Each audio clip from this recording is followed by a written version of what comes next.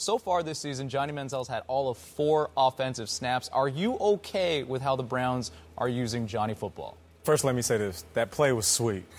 And the name is even sweeter. But, yeah, I'm okay with it. I think it's perfectly fine. You know, one, let's give credit to Hoyer. He's playing tremendous. 19 for 25.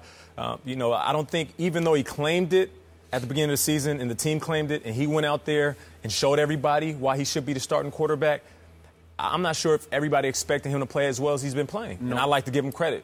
I said that he's a good quarterback. He's playing great right now. He is. That's the reason why you can't put Johnny in and have him dropping back 10 to 15 times a game. And I'm okay with how they're using him.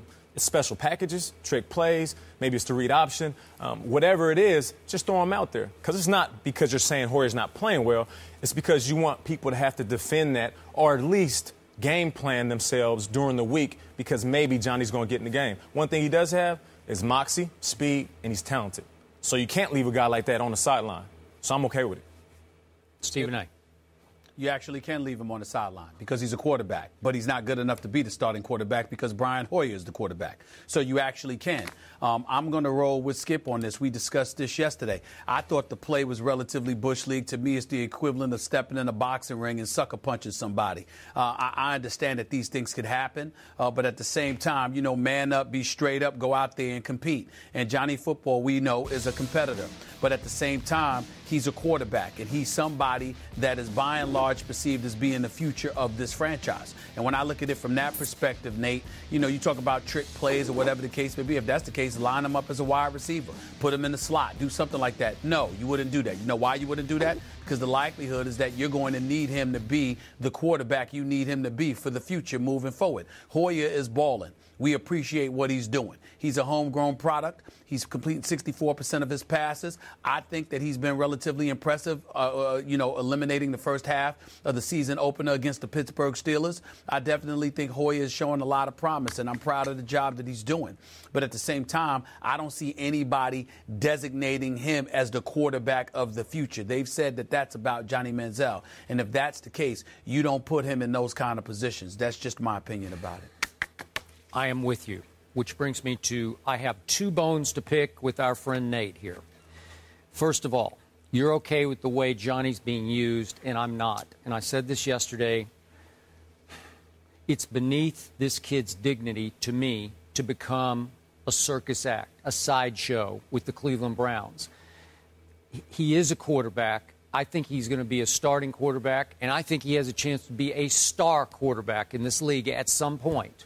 God bless Brian Hoyer. He is playing at a high level, a shockingly high level, and I'm backing off of that now. I got to say, go, Brian, go.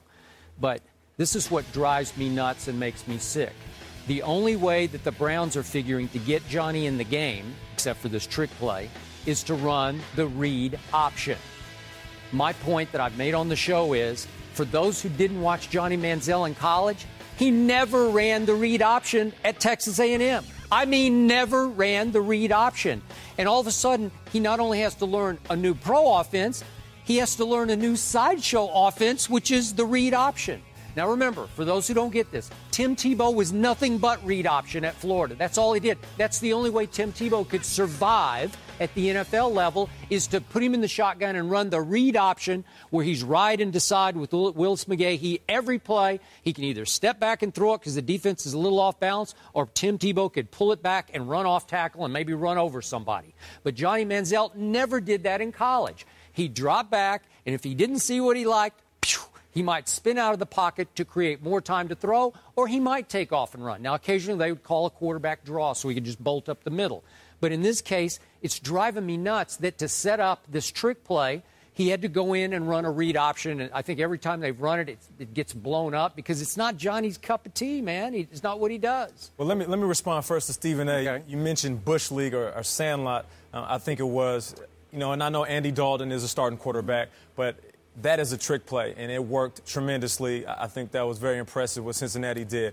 So sometimes trick plays in this league are necessary. I'm not saying you have to throw Johnny in every time you want to throw a trick play, but my question is to everybody who's wondering why he's not playing more or he should be on the sideline more is if you have a talented individual, I don't care what position he's at, you have to put him on the game. I don't care if he's your starting quarterback or second-string quarterback or third-string quarterback. If there's a talented guy, we asked the question earlier, Vic should have gotten the game. And we know how talented Vic is. I'm not saying Johnny is Vic. I'm just saying if somebody's on the sideline that's talented, figure out a way to get him in the game. And now let me talk about me being with Johnny and seeing Johnny. No. Hold on. Okay, all right, go ahead. You go ahead and respond, and I'll respond again. Go ahead. One point at a time.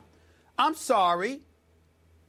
Does everyone on a football team who is talented get to play? Nah, this ain't Little League. I feel you. Exactly.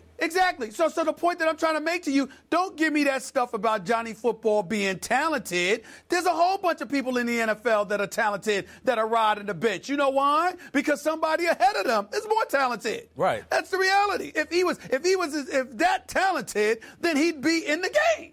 But we've already addressed the fact that Hoyer is playing well. We don't need to replace Hoyer, and we don't need to make Hoyer seem like he's not doing his job, because that's what's going to happen if you get Johnny in there for too many snaps, because that's a message you're sending not only to Hoyer, but everybody watching the Cleveland Browns. But let me go back to what the time I spent with the Cleveland Browns and me watching Johnny. And I'm just an observer. I talked to him a few times, but I like to watch more than I talk, and I like to listen. And what I noticed is this kid wants to play. Now, I'm not going to call him a kid. This man wants to play. And he wants to be a star in this league. And that's something I can appreciate. So if you got a guy like that who's yearning to get on the field, Kyle Shanahan, who I can appreciate as an offense coordinator because he coaches at a very high standard, he's going to figure out a way to get him involved in the game. And a lot of times, like I said, this could be just strategic. This could be them doing it at the beginning of the game, the first 4 games, and then them not using them for the middle of the season.